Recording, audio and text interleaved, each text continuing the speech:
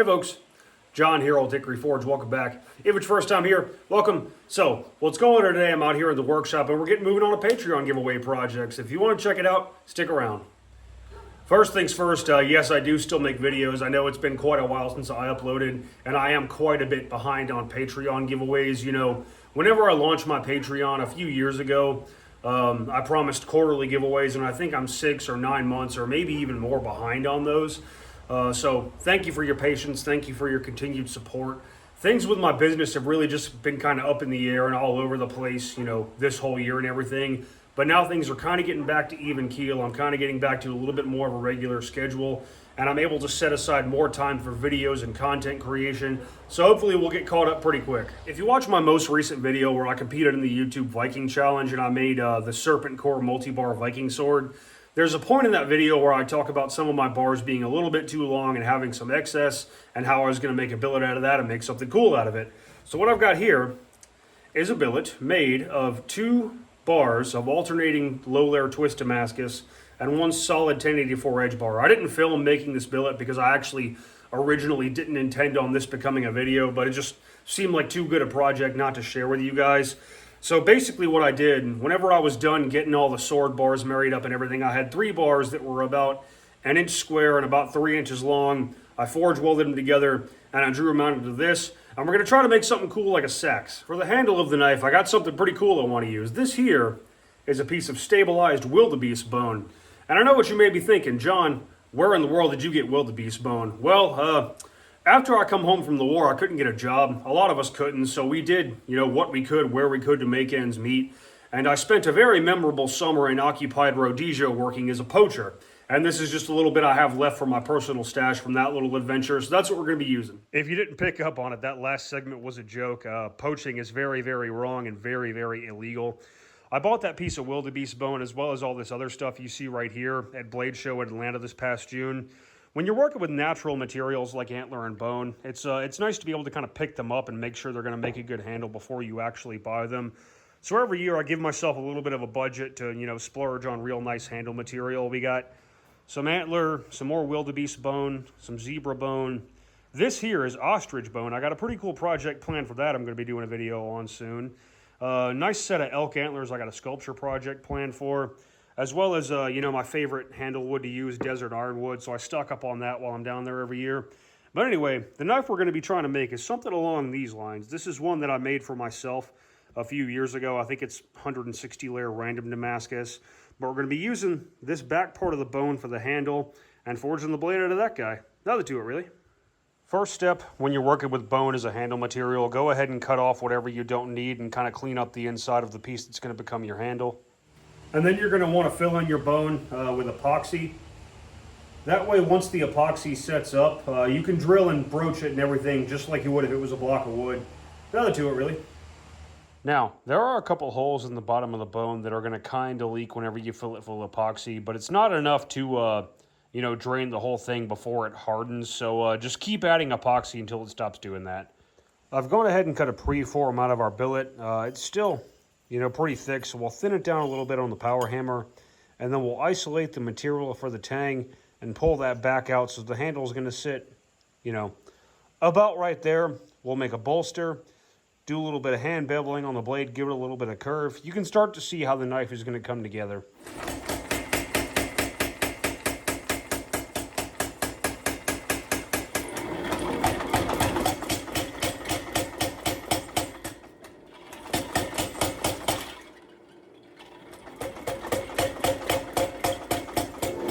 Now that we have the tang and the ricasso established, don't worry too much about trying to make this close to perfect. You know, it's easier to grind it to where you need it later than it is to fight with it now. You know, it's just about looking good, so ain't no need chasing our tail there. What we're going to do now is go ahead and start working on the blade. We're going to carry this taper back a little bit and do some hand beveling down here to put a nice curve in the blade.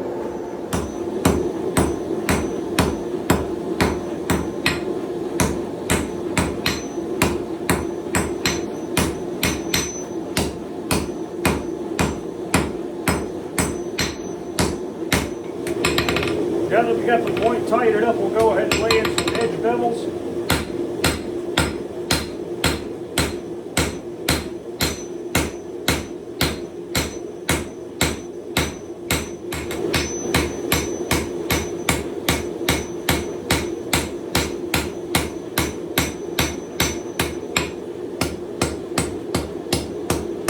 All right, we got it forged out. The steel held up beautifully, no faults in the forge weld appeared or anything like that. So now we'll hit the grinder, straighten everything up, and get it ready for heat treat.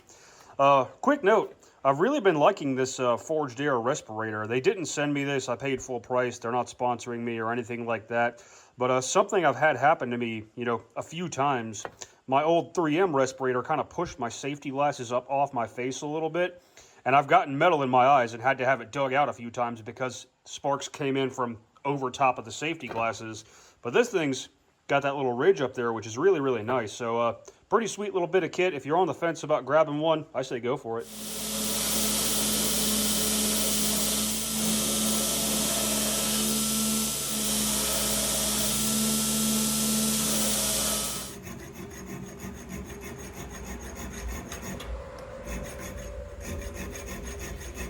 I like to do most of my grinding post-heat treat just to help avoid problems during the quench and whatnot. So all I've really done is strike in the profile and kind of flatten everything. We'll stamp our touch mark right down here and get this guy quenched. The old touch mark.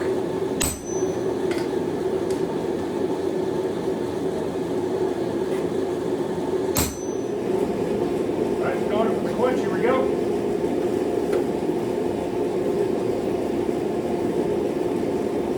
So we're out of the temper. I did 2 hours at 450. It's nice and straight. We're gonna hit the grinder for real this time.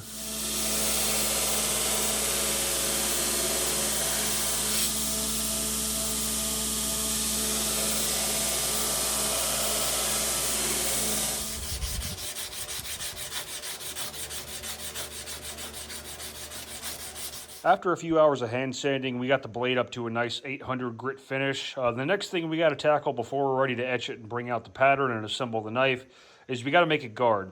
Now at the start of this video, I mentioned that I kind of wanted to do a sax knife similar to this one with a simple round bolster. But the more and more I look at the shape of this blade, the more and more it's kind of telling me it wants to be more of a Bowie. So I think we're going to go with an S guard. I think that'll look really cool.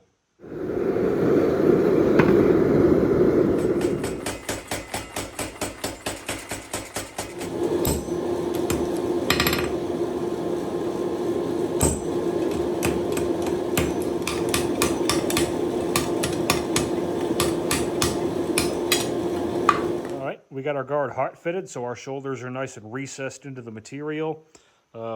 We got some rough lines drawn out for where we need to grind it down to, so we'll hit the grinder and then bend that bad boy.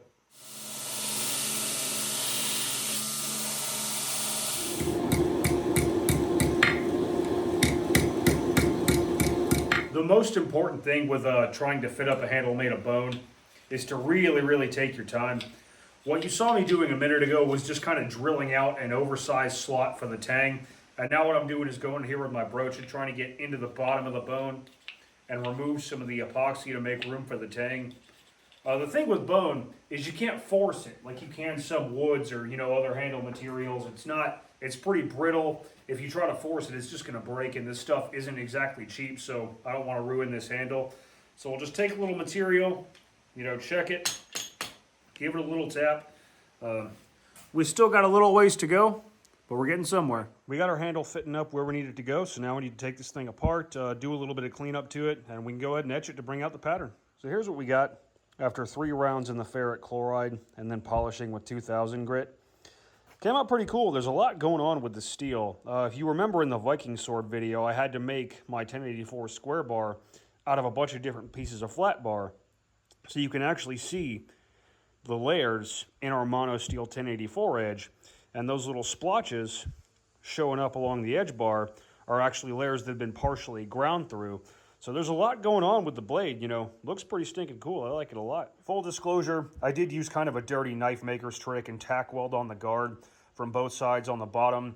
Once the handle's on, that's never going to be seen again. It's going to keep the guard from ever loosening up. It's not putting enough heat into the material to make anything brittle or anything like that. Normally, whenever I do my buoys, I like to use a threaded brass pommel screw. There's threads on the end of the tang, and when you screw it on, it compresses the handle upward, and that's what keeps all your fittings tight. That isn't really an option using the bone. You could rig up some way to try to clamp all this forward, as the epoxy sets up and everything, but that doesn't always work, and sometimes you still end up with a loose guard, and once the handle's epoxied on there, there's really no way to fix that. So like I said, just kind of a dirty knife maker's trick, something to throw in your toolbox.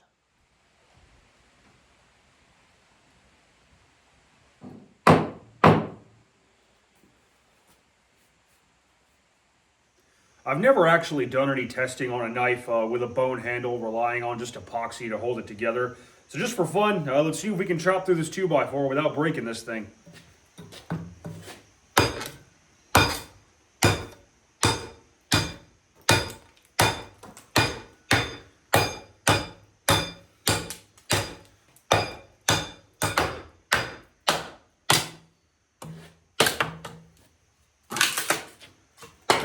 Close enough. It's definitely worth mentioning that I didn't design this blade with chopping in mind.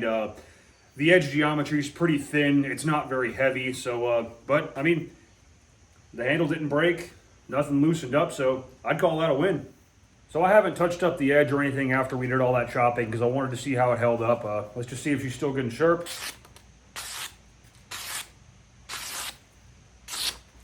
I'd say that's pretty good. It feels like it might be hanging up in one or two places up here, but a quick stropping should fix that.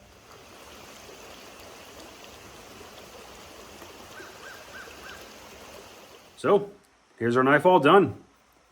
Pretty stinking happy with the way this thing came out. I'm glad I went with the S-guard instead of just a plain round bolster. I think it looks really, really cool with the overall shape of the knife. We got 11 3/4 inches of blade, so just under a foot. And 11 inches of cutting edge, 5 inches of handle, so it's a good sized knife, but it's pretty thin. It's only about 3/16 at the spine, so it's very, very light. You know, pretty cool we made this with essentially scrap from the Viking sword project. But anyway, let's get to the good part and pick us a winner. I got my trusty wheelandnames.com random name picker pulled up right here. If you're an active patron of the channel, your name is on here. So let's go ahead and click to spin.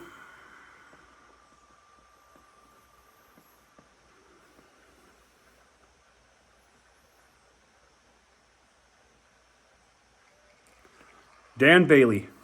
So that's all I got for you. I had a really great time making this knife. I hope you liked the video. I hope you learned something. If you like what you saw, like, share, subscribe, all that jazz. There's links down in the description box below, as well as the pinned comment to my Instagram if you'd like to stay more up to date with the day-to-day goings on here at the shop, as well as see much, much more on my work. Link to the Patreon as well if you'd like to become a paid supporter. To my current patrons, again, huge, huge thanks for your support and your continued patience and everything. I know we're quite a few giveaways behind, but now that my schedule is a little bit more open-ended, we're definitely going to be working on catching up. The next few projects are already planned, materials already been ordered, so be on the lookout for those videos coming soon. There will also be a link to my Etsy shop if you'd like to purchase any of my work. It was closed for a while, but now it's back open, and I'm running 20% off for the whole month of August.